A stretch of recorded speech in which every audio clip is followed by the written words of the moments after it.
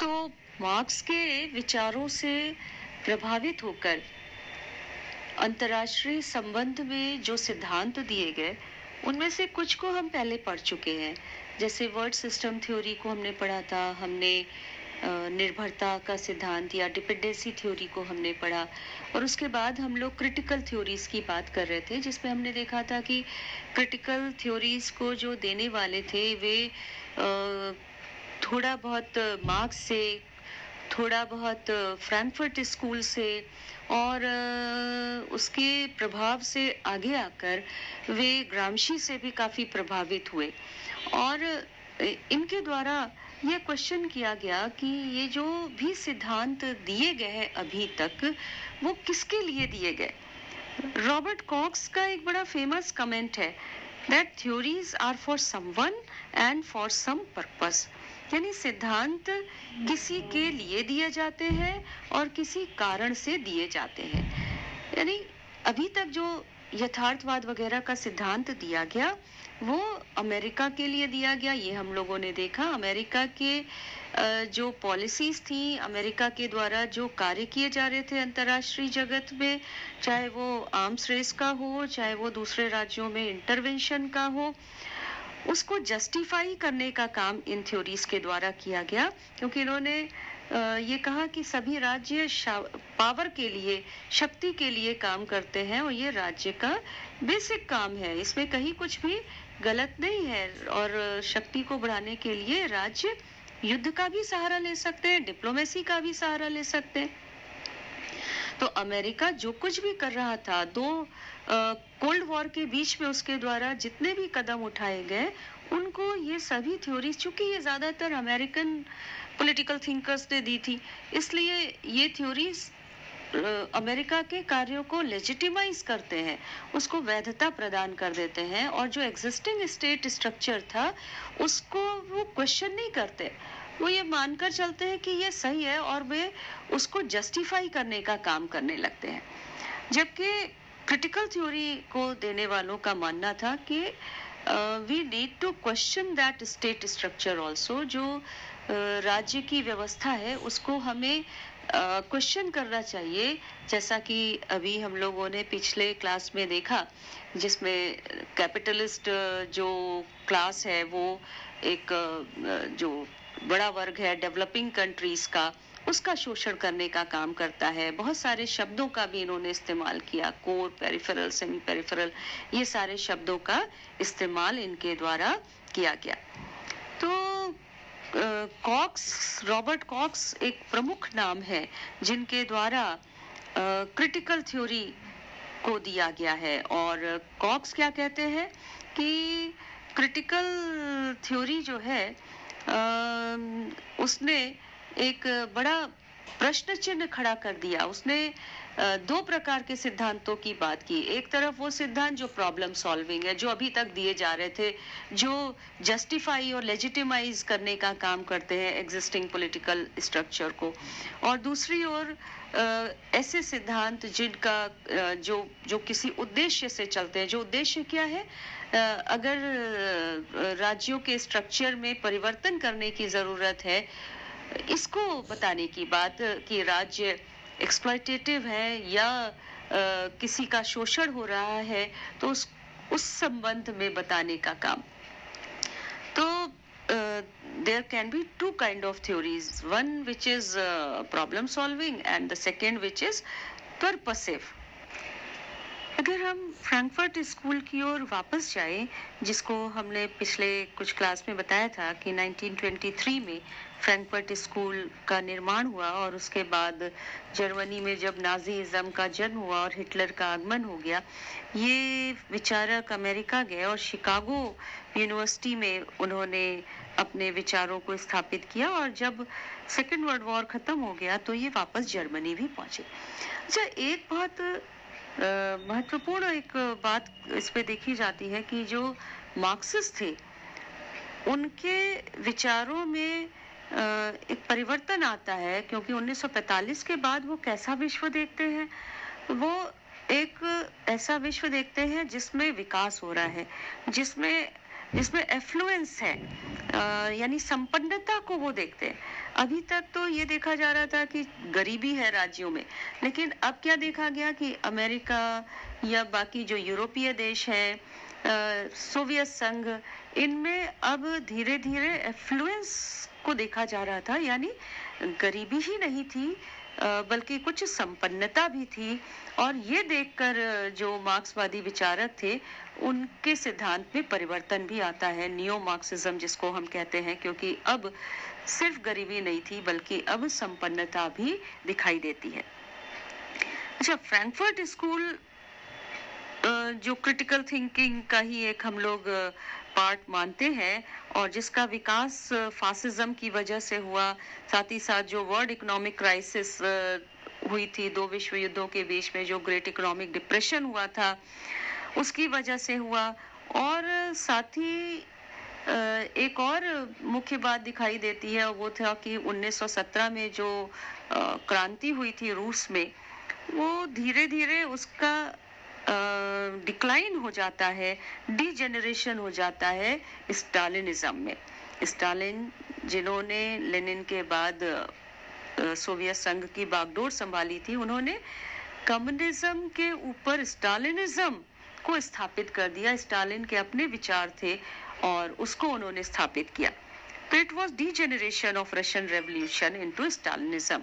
और हम देखते हैं कि जब स्टालिन की मृत्यु हो गई 1953 की ये बात है, उसके बाद सोवियत संघ में भी डी स्टालिनाइजेशन शुरू हुआ, नी स्टालिनीकरण, यानी स्टालिन जो भी कुछ कर गए थे उसको पलटा जाने लगा।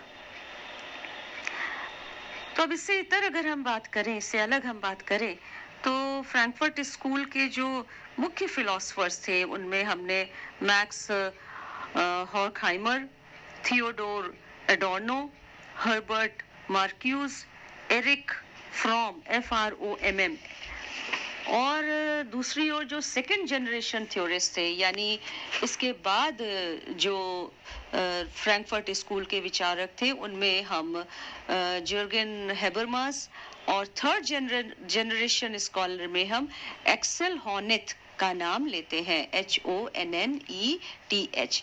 हेबरमास का नाम बहुत महत्वपूर्ण है, इसको याद रखिए, HABERMAS, हेबरमास। इनका नाम फ्रैंकफर्ट स्कूल के विचारकों में हम मुख्य रूप से लेते हैं, क्योंकि आगे जाकर हेबरमास के विचारों के ऊपर भी क्रिटिकल थ्योरी को देने वालों ने और सिद्धांत प्रस्तुत किए।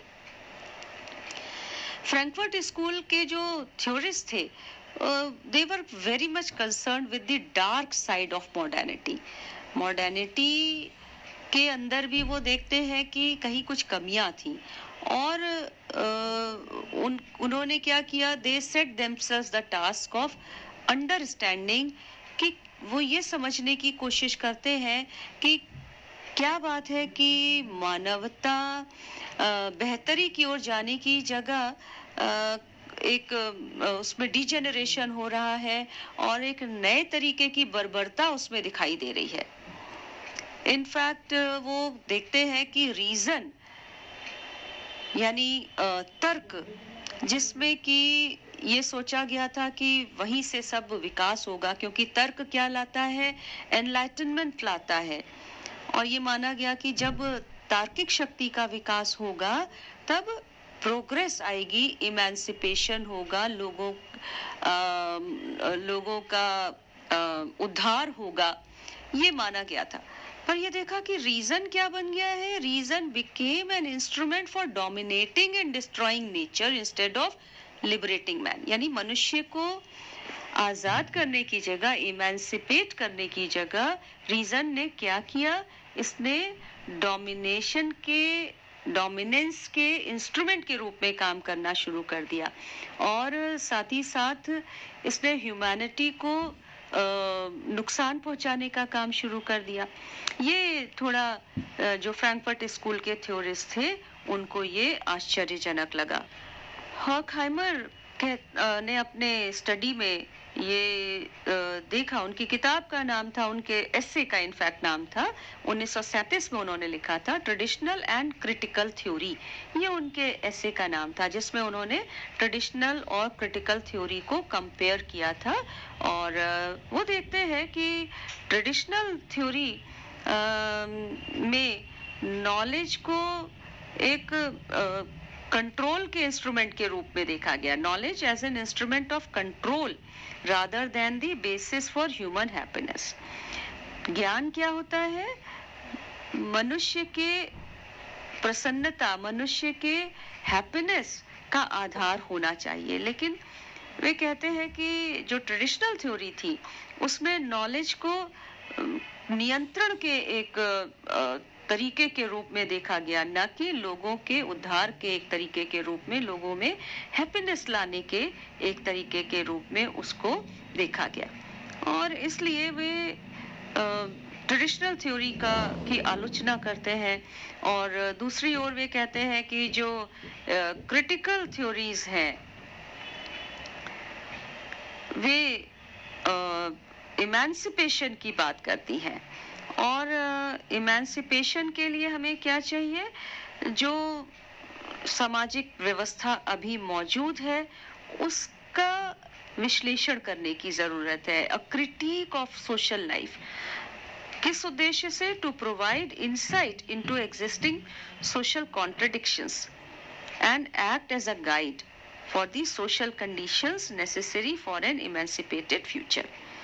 कि जो सोशल लाइफ है उसको समझना, जानना और उसमें कहीं पे जो परिवर्तन की आवश्यकता है मानवता के उद्धार के लिए, उसको लेकर आना।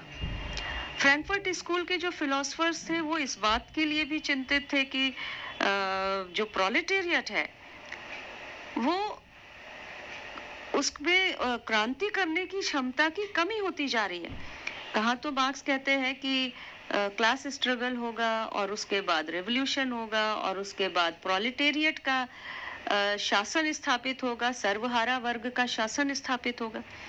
लेकिन फ्रैंकफर्ट स्कूल के फिलोसफर्स क्या देखते हैं कि रूस में ऐसा हुआ और उसके बाद रूस में क्या हुआ? स्टालिनिज्म आ गया। स्टालिन ने अपने विचारों को आरोपित करना शुरू कर दिया।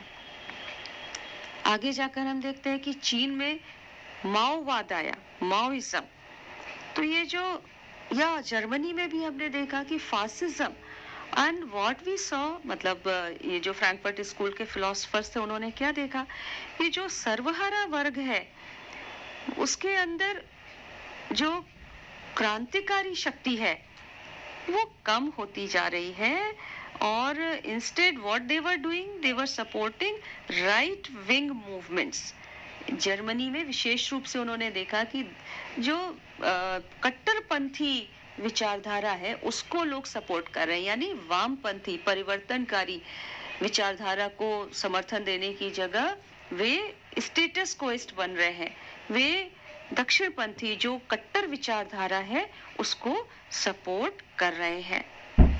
नतीजा क्या हुआ कि हॉर्खहाइमर, अडोर्नो, मार्क्यूज और हेबरमास ये प्रश्न उठाने लगते हैं उन कि जो हमारा प्रोलेटेरिएट, जो सर्वहारा वर्ग है, उसके अंदर रेवोल्यूशन, परिवर्तन को लाने की जो शक्ति है उसको वे क्वेश्चन करने लगते हैं। वे कहते हैं कि अब उसके अंदर लग रहा है कि वो ताकत नहीं है कि वो क्रांति कर सके। और जो इमेंसिपेशन की जो बात है मानवता की, वो भी अब उस पर भी क्वेश्चन मार्क लग रहे हैं। वे ये भी देखते हैं कि रीजन जो है वो इंस्ट्रूमेंट ऑफ डोमिनेशन बन जा रहा है, न कि इंस्ट्रूमेंट ऑफ इमेंसिपेशन, जिसको हॉर्खहाइमर ने एक्लिप्स ऑफ रीजन का नाम दिया। उन्होंने कहा ये जो सिचुएशन है जहां पर रीजन क्या हो जा रहा है, it is becoming an instrument of domination rather than critique and reflexivity. इसको उन्होंने कहा कि this is eclipse of reason, जहां पे तर्क पर एक काली छाया स्थापित हो जाती है। तो एक्लिप्स ऑफ रीजन इस शब्द का वे इस्तेमाल करते हैं। हॉर्खहाइमर के बाद जो सेकंड जनरेशन क्रिटिकल थ्योरिस्ट है, उसमें हेबरमास का नाम मुख्य रूप से लिया जाता है। हेबरमास के विचार अत्यंत महत्वपूर्ण हो जाते हैं क्रिटिकल थ्योरी के अंतर्गत। फ्रैंकफर्ट स्कूल के विचारकों ने जो विश्लेषण आरंभ किया था रीजन और रैशनैलिटी का, उसी को वे आगे बढ़ाने का काम करते हैं। हेबरमास की जो थ्योरी थी, that was the theory of communicative action, discourse ethics and analysis of the relation between knowledge and human interest। तो वे एक संचार सिद्धांत, कम्युनिकेटिव जो एक्शन का सिद्धांत है, उसको देते हैं। हेबरमास के विचार रेडिकल डेमोक्रेटाइजेशन ऑफ सोसाइटी, इसके इर्द गिर्द घूमते हैं, यानी समाज हमारा कैसा है जिसका बड़ी तेजी से लोकतांत्रिकरण हुआ है।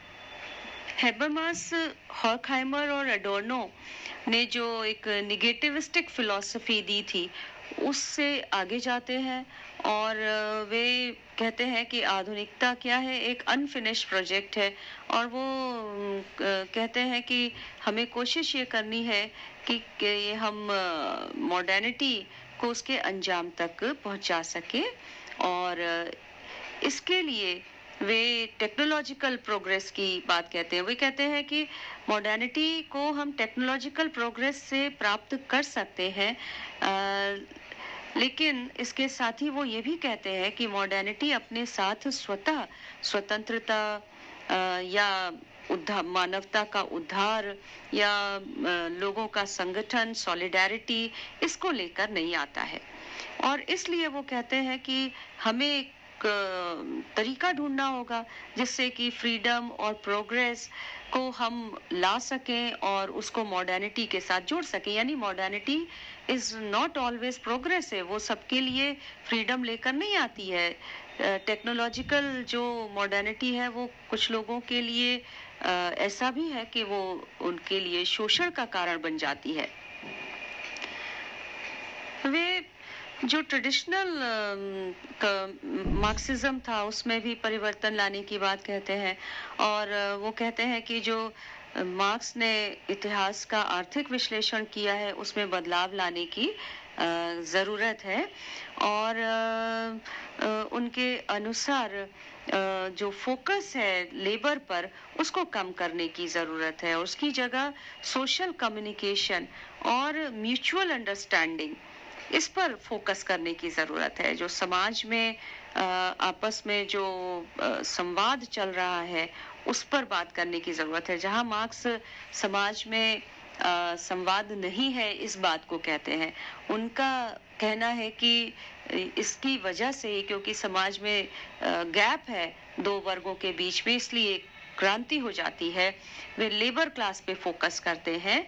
यहाँ जो हेबरमास के अनुसार लेबर से इतर हमको काम करने की जरूरत है, हमें सोशल कम्युनिकेशन पर बात करनी चाहिए, हमें एक्सपेंशन ऑफ म्यूचुअल अंडरस्टैंडिंग, आपसी समझ पर जोर देने की जरूरत दिखाई देती है, ऐसा वे कहते हैं। तो किसी क्लास में हमने आपको ये भी बताया था कि जो क्रिटिकल थ्योरी देने वाले हैं, उन्होंने पैराडाइम शिफ्ट की बात की थी कि जो पूरा हमारा सोच है सिद्धांत को देने की, अंतर्राष्ट्रीय संबंध को पढ़ने के लिए जो हमने अप्रोचेस दिए हैं, उसमें कहीं ना कहीं हमें सोच में परिवर्तन लाने की जरूरत है। We have to bring a paradigm shift, और हेबरमास यही काम करते हैं। हेबरमास एक पैराडाइम ऑफ कम्युनिकेशन को डेवलप करते हैं, paradigm communication to complement the paradigm of production, which is the focus of historical materialism.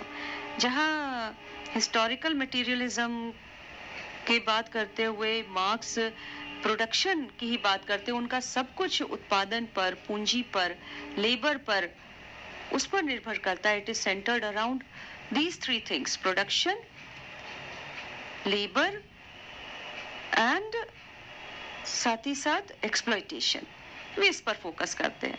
तो वहीं हेबरमास एक पैराडाइम ऑफ कम्युनिकेशन का विकास करते हैं, जो संवाद की बात है वो ये कहते हैं, और उसको वे मार्क्स का जो विचार है प्रोडक्शन इत्यादि का उसके साथ जोड़ देते हैं। हबरमास फिलॉसफी ऑफ कॉन्शियसनेस से फिलॉसफी ऑफ लैंग्वेज की ओर जाने की बात कहते हैं। फिलॉसफी ऑफ लैंग्वेज का मतलब वही संवाद की बात ही आ जाती है। बातचीत के माध्यम से communication between language users is the fundamental cognition for Habermas. तो जो आपस में बातचीत है उस पर वो बहुत बल देते हैं। तो इस तरह से हेबरमास की जो कम्युनिकेटिव एक्शन की थ्योरी है, ये इसका फोकस किस पर है? इसका फोकस व्यक्ति पर है। जो क्रिटिकल थ्योरी को देने वाले लोग हैं वो कहते हैं कि हमें राज्य नहीं बल्कि ह्यूमन सिक्योरिटी पर फोकस करना चाहिए। जहां मार्क्सवादी कहते हैं कि राज्य महत्वपूर्ण है, वहीं पर जो क्रिटिकल थ्योरी देने वाले हैं वो कहते हैं कि human security is more important. हम अपने राज्य के अध्ययन में हम इतना खो जाते हैं कि हम मनुष्य पर ध्यान ही देना बंद कर देते हैं। इसलिए वो मनुष्य के विकास, मनुष्य की सुरक्षा की बात कहते हैं। और दैट इज वाई हम देखते हैं कि हेबरमास का जो सिद्धांत है वो व्यक्तियों के बीच में संवाद की बात करता है, सब्जेक्ट सब्जेक्ट रिलेशन की बात वो कहता है। हेबरमास का जो सिद्धांत है वो रैशनल डिसीजन मेकिंग की बात कहता है, और जब हम तार्किक तरीके से निर्णय निर्माण करेंगे तो हमारा समाज कैसा होगा? ज्यादा समावेशी होगा, इंक्लूसिव होगा।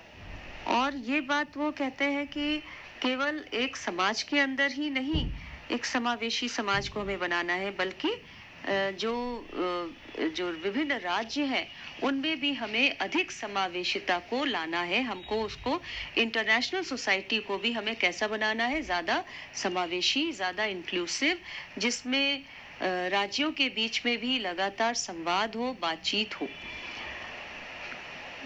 इस सिलसिले में मुझे याद आता है कि जो नॉर्थ साउथ डायलॉग है, उत्तर दक्षिण संवाद, जिस पर नॉन अलाइंड मूवमेंट काफी फोकस करता है, और यहाँ पर वो अपने लिए अपना रेलेवेंस भी ढूंढता है। नॉर्थ साउथ डायलॉग, विकसित और विकासशील देशों के बीच में बातचीत का होना, जिससे उनके बीच में जो समस्याएं हैं उनको कहीं ना कहीं हल किया जा सके। हेबरमास के अनुसार जो कम्युनिकेशन है, संवाद है, वो क्या लेकर आता है? वो इमेंसिपेशन लेकर आता है, वो रैशनल प्रोग्रेस लेकर आता है, क्योंकि इसके माध्यम से राज्य आपस में बातचीत करके विकास कर सकते हैं। निर्भरता को अंतर निर्भरता में बदला जा सकता है। निर्भरता में तो एक का विकास दूसरे के कॉस्ट पे हो रहा है, पर जब हम अंतर निर्भरता की बात करते हैं तो उसमें एक के विकास से दूसरे को भी लाभ होता है। दोनों एक दूसरे को लाभ पहुंचाए, ये प्रयास होना चाहिए राज्यों के बीच में। हेबरमास के सिद्धांत की आलोचना भी की गई है। पहला जो ऑब्जेक्शन है उनके आर्ग्यूमेंट्स, उनकी थ्योरी के लिए, वो ये कि हेबरमास ने